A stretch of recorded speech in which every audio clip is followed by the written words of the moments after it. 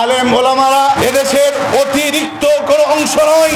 আলেম ওলামারা এদেশের প্রকৃত অংশ, যারা নিজের জীবন বাজি রেখে ইসলামের জন্য, দ্বীনের জন্য, দেশের জন্য কাজ করে। জুলাই গণঅভ্যুত্থানে যারা শহীদ হয়েছে, যারা মৃত্যুবরণ করেছে, যারা সর্বস্ব হারিয়েছে, তাদের কেউ খবর রাখে না।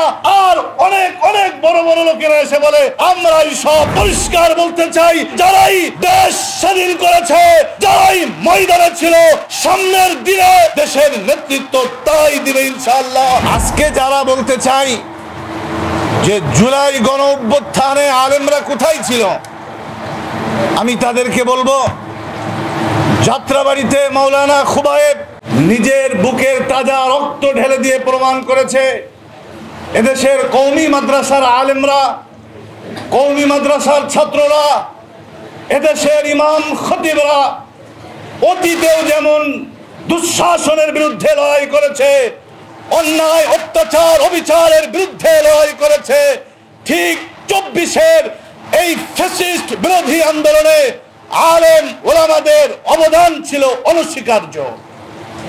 আজকে সারা দেশ এনসিপির নেতারা সফর করছে, সেখানেও একজন আলেম মাওলানা আশরাফ মাহদী তিনিও সেখানে আছেন।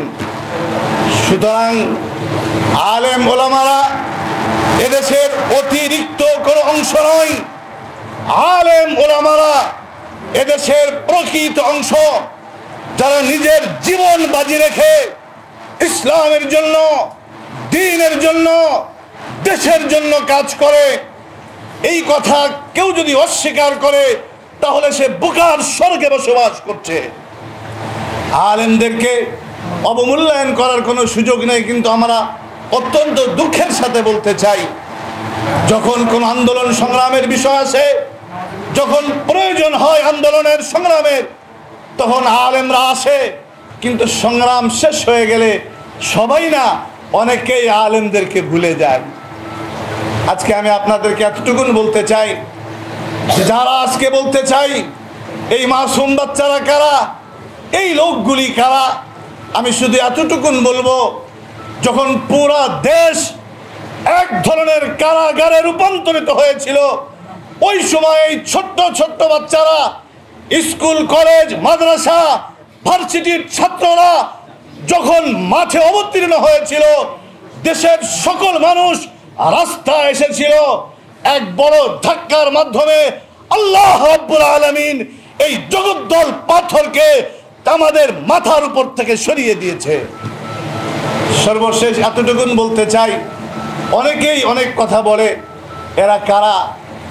একটা ফকির, একটা ভিক্ষুক এক বাড়িতে গেছে, বাড়ি থেকে বলছে মা একটু ভিক্ষা দাও, তো পুত্রবধূ বলে যাও, হবে না, চলে যাও।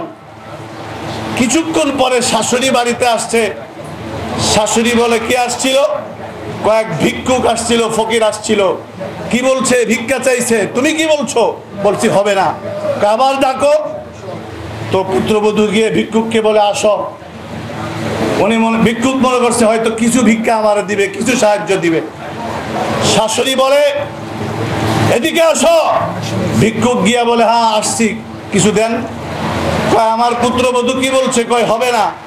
যাও, আমিও বললাম হবে না।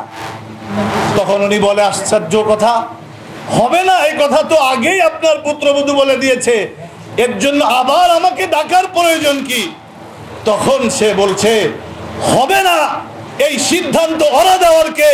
পুত্রবধূ দেওয়ার কে? এই সিদ্ধান্ত আমি শাশুড়ি দিব।